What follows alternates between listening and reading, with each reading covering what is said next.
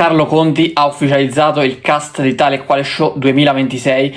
Come si vociferava nelle scorse settimane, ci sarà anche Anna Pettinelli. Prima di entrare nel merito del cast, vi ricordo, qualora aveste piacere nel seguire i miei video, di iscrivervi al mio canale YouTube Daniele Forsinetti e magari anche di lasciare un like proprio a questo video.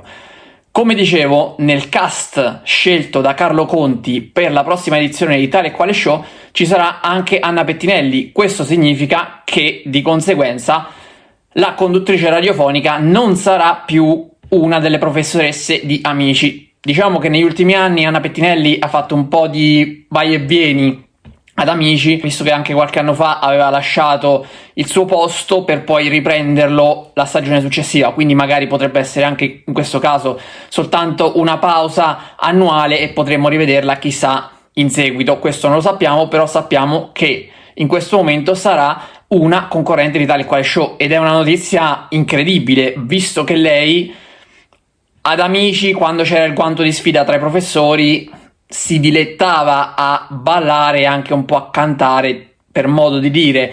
Qui invece la vedremo in un programma che si basa sul canto suo, perché sarà una delle concorrenti e non una delle professoresse barra giudici, visto che anche quel ruolo ricopriva nella prima parte del programma, andava a giudicare lei, i suoi allievi e quelli degli altri. Per questo motivo sarà molto interessante vedere Anna Pettinelli calarsi in quel ruolo. Chiaramente io non mi aspetto particolari sorprese e immagino che sarà spesso nelle ultime posizioni della classifica, poi magari potrebbe anche fare qualche interpretazione meglio e qualcuna peggio, però onestamente non la vedo assolutamente come una delle favorite. Altro nome interessante è quello di Jasmine Carrisi, che finora in televisione abbiamo visto nel ruolo di giudice insieme ad Albano a The Voice, poi l'abbiamo vista anche come ospite nella Casa del Grande Fratello per andare a fare una sorpresa ad Amanda Lecciso. Adesso scende in campo in primo piano in un programma che secondo me può darle la giusta visibilità, perché lei comunque canta, non è male come cantante, però non è riuscita a sbocciare, ad affermarsi come tale all'interno di contesti più importanti. Chissà che Tale e Quale Show non possa darle una spinta importante in questa direzione, anche se va detto, nei primi anni Tale e Quale Show magari riusciva soprattutto a risollevare le carriere di qualcun altro piuttosto che a lanciare le carriere di alcuni.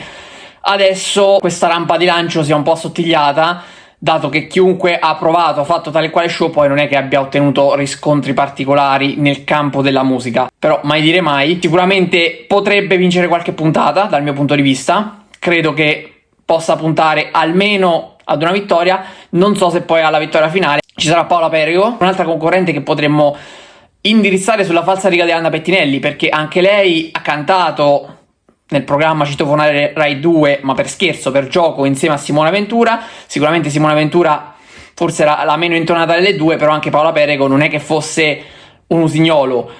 Per questo anche lì non credo che andremo molto sulla qualità, quanto più che altro sullo spettacolo per Paola Perego, che fa questo programma senza Citofonare Rai 2, almeno nella prima parte di stagione, quindi potrebbe servirle soprattutto per rilanciare la sua carriera. È avvenuto con Amadeus, è avvenuto con Enrico Papi, quindi chissà che non possa succedere anche con lei, che avrebbe bisogno di una svolta, magari per tornare anche a condurre un programma in prima serata, che secondo me lei merita, perché come conduttrice merita assolutamente Paola Perego.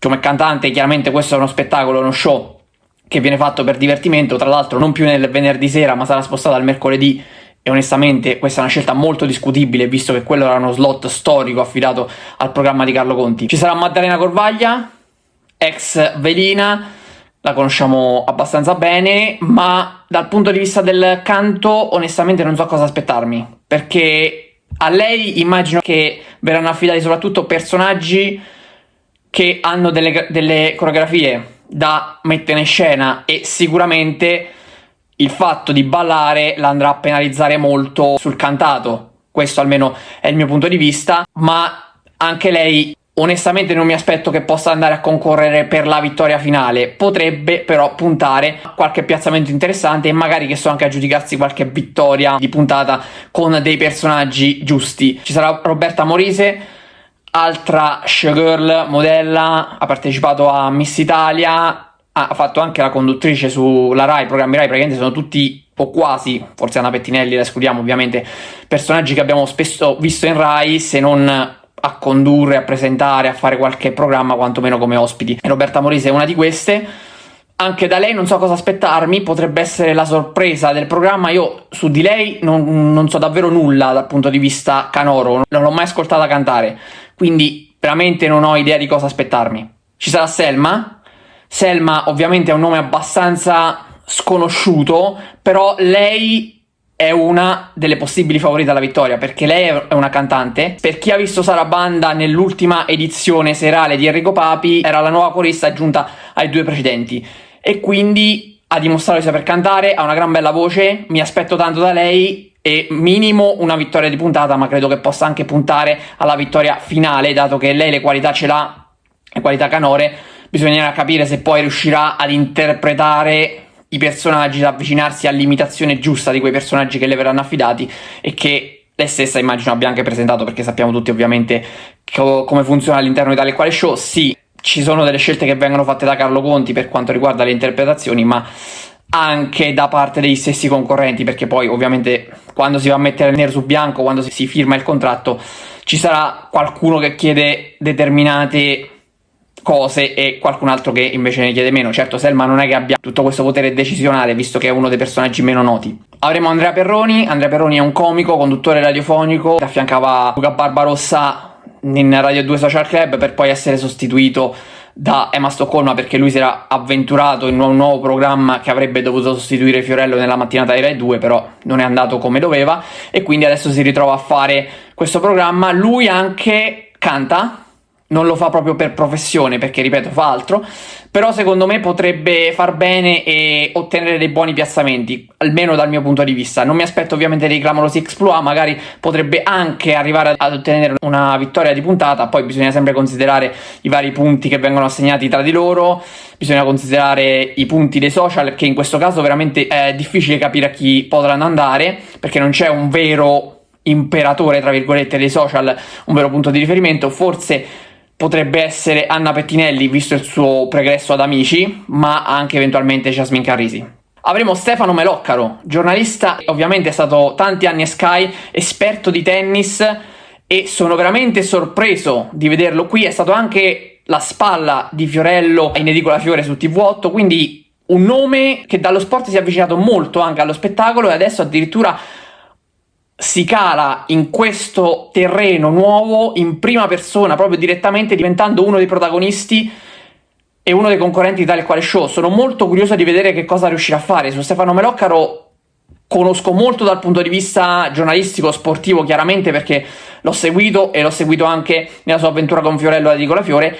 Conosco molto meno le eventuali doti canore, quindi sono curioso di vedere cosa sarà in grado di fare a tale quale show. Ci sarà anche un altro imitatore comico come Max Paiella, che onestamente non conosco più di tanto, quindi non so che cosa aspettarmi da lui. Vedremo se ci regalerà sorprese o meno, però ovviamente qui partiamo dalle aspettative con un punto di domanda. Avremo Vladimir Randazzo, che invece è un attore e che credo possa sorprenderci, perché gli attori comunque sono molto duttili, riescono ad adattarsi a diversi contesti, e quindi adattandosi a diversi contesti nell'ambito della recitazione, se dimostra anche di saper cantare un minimo, credo che possa riuscire a stupirci e a conquistare anche qualche vittoria di puntata.